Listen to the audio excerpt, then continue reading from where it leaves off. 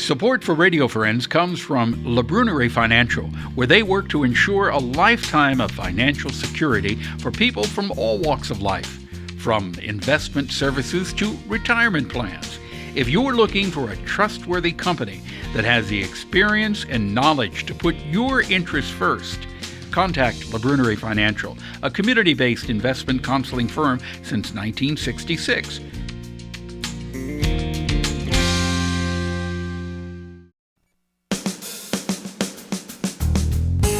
Good morning and welcome to Radio Friends on this Monday, May the 1st. Good to have you with us. I'm going to introduce you to Maddie Est with the Missouri Department of Conservation. Good to have you here, Maddie. Thanks for having me. And you look familiar. Didn't you do the weather for a little while? Oh, you may have seen me around. You've been around, right? Yeah.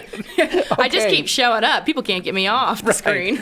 Now, Maddie is the Missouri Department of Conservation. You wanted to talk about a salamander in our Missouri streams, but it's called what? It's called the Hellbender. What is the Hellbender? Well, it's a lot less intimidating than the name suggests. It's just an aquatic salamander, and Missouri is actually the home, anywhere in North America, the only home that has the two subspecies. So we have the Eastern Hellbender and the Ozark Hellbender. So what exactly is a salamander? So in the case of the Hellbender, it's basically just an organism that lives in the water. It breathes through its skin, so that's kind of cool. It pulls the oxygen. It's not is it a fish? Is it in the... No. So salamanders, they all have legs, so that's kind of where they differ from fish in some way. And can they live out of the water too? Some, I believe, can. I know in the case of Hellbenders, they prefer the water, especially here in Missouri. That's where they live. Do. Mm-hmm. I'll go back to them in just a minute, but how did they get that name? I don't know. They're not threatening. They're actually kind of cute in an ugly way. So I don't know if it's because they're not necessarily the most pleasing to the eye. Someone was like, that's an ugly animal. Let's give it an ugly name. I don't know, but it's an attained taste to look at them. Okay. Are they edible? No, actually they are, you really shouldn't now because they're an endangered species, both federally listed and then for the state of Missouri. They are a species of conservation concern and an endangered species. So what do they provide? Obviously, every species provides something good for the environment, and they're necessary for the environment. Everything needs to coexist together. What does the salamander provide? Salamanders are a really great tool to tell what quality of health your water is, actually, because they breathe through the water. They absorb through their skin. And so when you have a lot of toxins in the water, it will usually impact salamanders and other animals of that sort.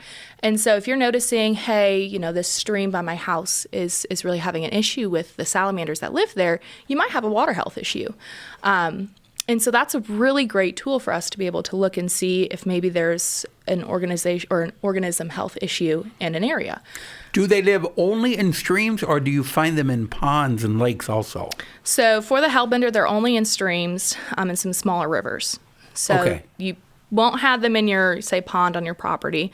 But we do know that they frequently reside in multiple rivers across the southern portion of Missouri. And how do they reproduce? Do they lay eggs, or do they have live births? So this is actually really, really exciting. They lay eggs. We call them a clutch of eggs. And we're really excited because we've been in this project with the St. Louis Zoo for many years now to reintroduce Hellbenders to Missouri. And so basically one of our hatcheries, Shepherd of the Hills Hatchery in Branson, has been working to, reproduce the Hellbenders. And then we have been sending crews out to help the habitat where we know that they would love to reside. And so basically through this process, we hatch the Hellbenders and then we release them into the wild. And we just had our first Hellbender that we released in the wild reproduce naturally. Oh. So they just found a clutch of eggs.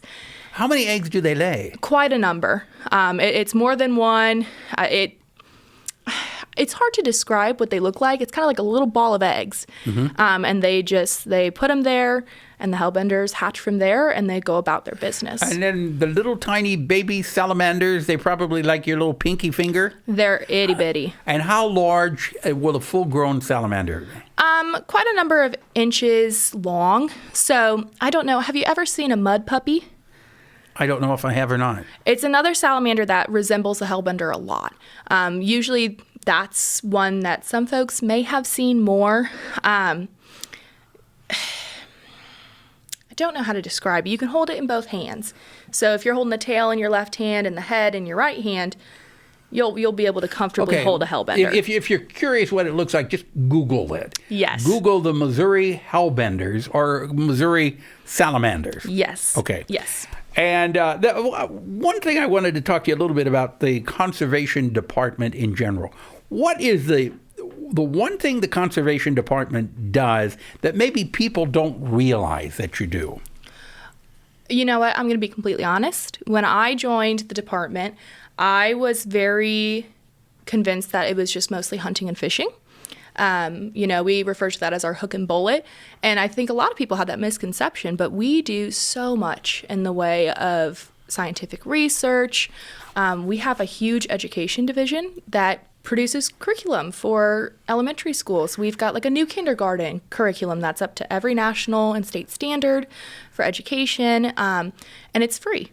If people who own land would be interested in trying to be a good steward of that land, can they call the conservation department, ask them to come out, take a look, walk around the property with them and see what they can do to make it better? Absolutely. So we have an entire division called Private Lands Conservation. And so usually those folks are housed in USDA offices, which are usually in a county. So, there's a USDA office for Callaway County.